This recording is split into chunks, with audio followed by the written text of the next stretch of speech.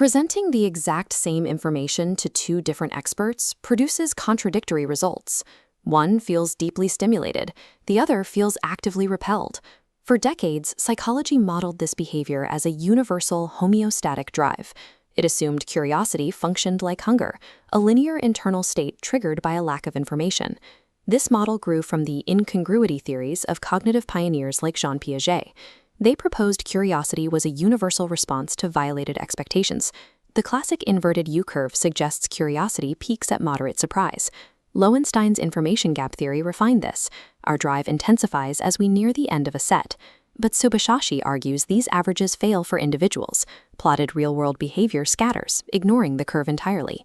Because the average curious mind is a statistical myth, standard two-dimensional models lack the resolution to map how a specific agent actually seeks knowledge. Our understanding of curiosity is often reduced to the stereotype of the omnivorous intellect, boundless novelty-seeking as personified by Leonardo da Vinci. However, a dogmatic individual will actively avoid learning facts about atrocities committed by their own side. Here, the violation of expectation produces avoidance rather than exploration. Similarly, someone working on a jigsaw puzzle might abandon it when the final image becomes predictable. Here, the drive to fill the information gap vanishes before the gap is fully closed. To account for these contradictions, Subashi's thesis moves beyond isolated variables to model curiosity as a multidimensional epistemic ecology.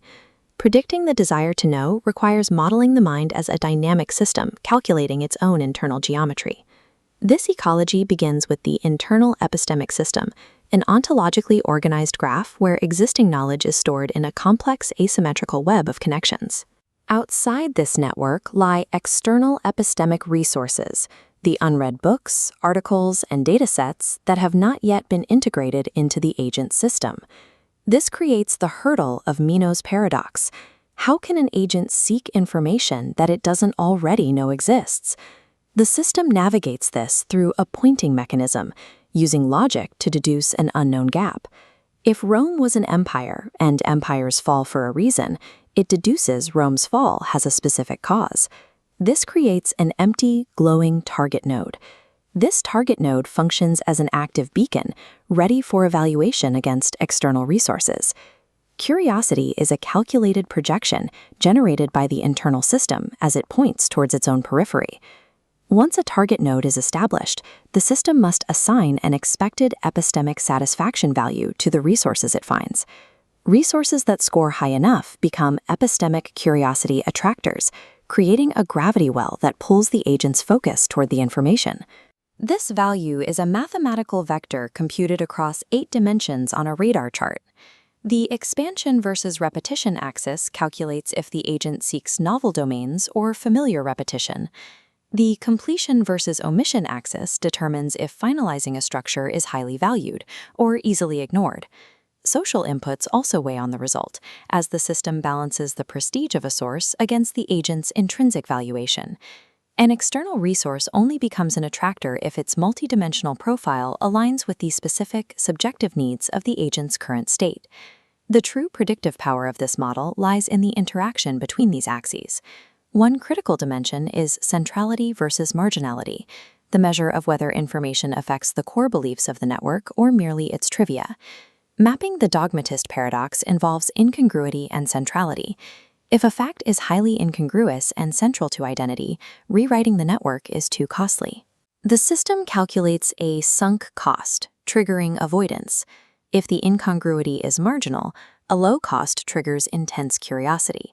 Subashi also decouples curiosity from pre-established interests through the interaction of interest and serendipity. The serendipity calculation allows the system to prioritize an entirely uncharted topic, overriding established domain anchors. Every active rejection of facts or sudden fascination with the unknown follows a mathematically predictable logic of interacting dimensional vectors.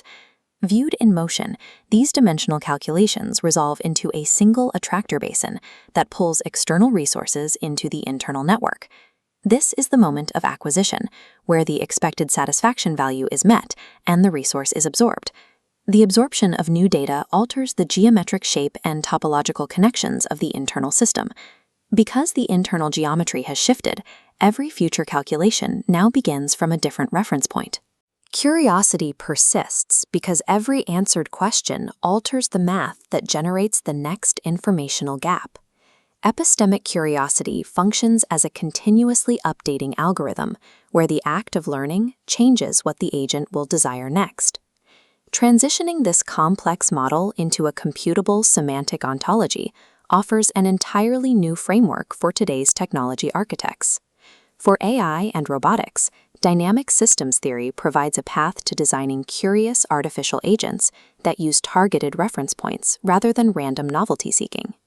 In educational technology, this allows developers to move beyond generic recommendation algorithms. The goal is to build personalized mathematical models that match the specific dimensional geometry of a student to the precise epistemic effect of a lesson. By moving past the population average, researchers can begin to systematically map and engineer intellectual development. Ultimately, the desire to know evolves as a brilliantly unique ecology, entirely dependent on the architecture of an individual mind.